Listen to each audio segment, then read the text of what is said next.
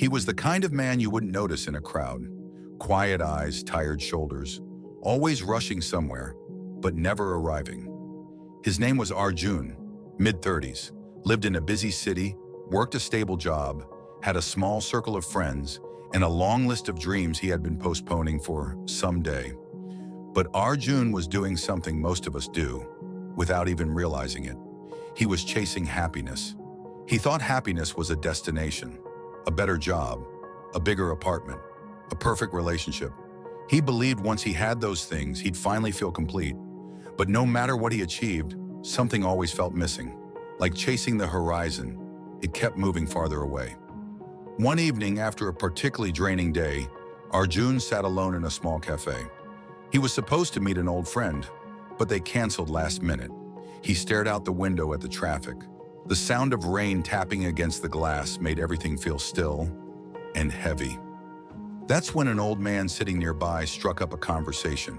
He had gentle eyes and wore a worn-out sweater that looked like it had stories stitched into every thread. The man smiled and said, "You look like you're running a race with no finish line." Arjun laughed politely, but the words hit deeper than he expected. The old man continued, "I used to be like you. Spent my youth chasing the next thing, promotions, cars, recognition. And then one day, I realized I'd built a life on the outside that looked full, but felt empty inside." Arjun asked him what changed. The man paused, took a sip of his coffee, and said something Arjun would never forget.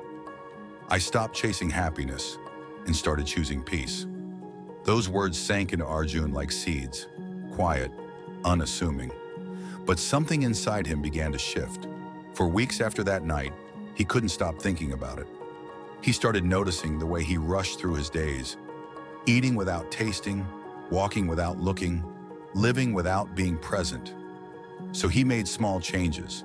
He didn't quit his job or escape to the mountains. No dramatic moves, just subtle ones. He started waking up 10 minutes earlier to watch the sunrise from his window. He walked slower on his way to work, noticing the trees he'd passed 100 times but never really seen.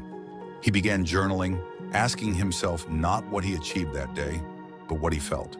And slowly, something incredible began to happen. Joy started showing up in unexpected places, in the laughter of a stranger, in the aroma of fresh chai, in the quiet satisfaction of doing something kind with no one watching. He wasn't chasing anymore, he was living. Arjun learned a lesson most people miss their entire lives. Happiness isn't a goal, it's a byproduct. It comes not from the outside, but from within. You see, we've all been taught to chase grades, jobs, love, likes, validation. But happiness isn't out there, waiting for you at the end of a finish line. It's hidden in the now, in the moments we overlook, in the breath you just took, in the silence between chaos. It's not about doing more, it's about being more. You don't need to have it all figured out. You don't need to reach some perfect place. What you need is to pause, to listen, to feel. Because happiness doesn't scream, it whispers. And if you're always chasing, you'll never hear it. So maybe it's time we stop running.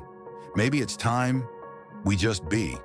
If this story made you think, even for a moment, then maybe it's the right time to slow down and truly live. Because the real journey isn't out there, it's within. Don't forget to subscribe for more stories that touch the heart, stir the soul, and remind you what really matters.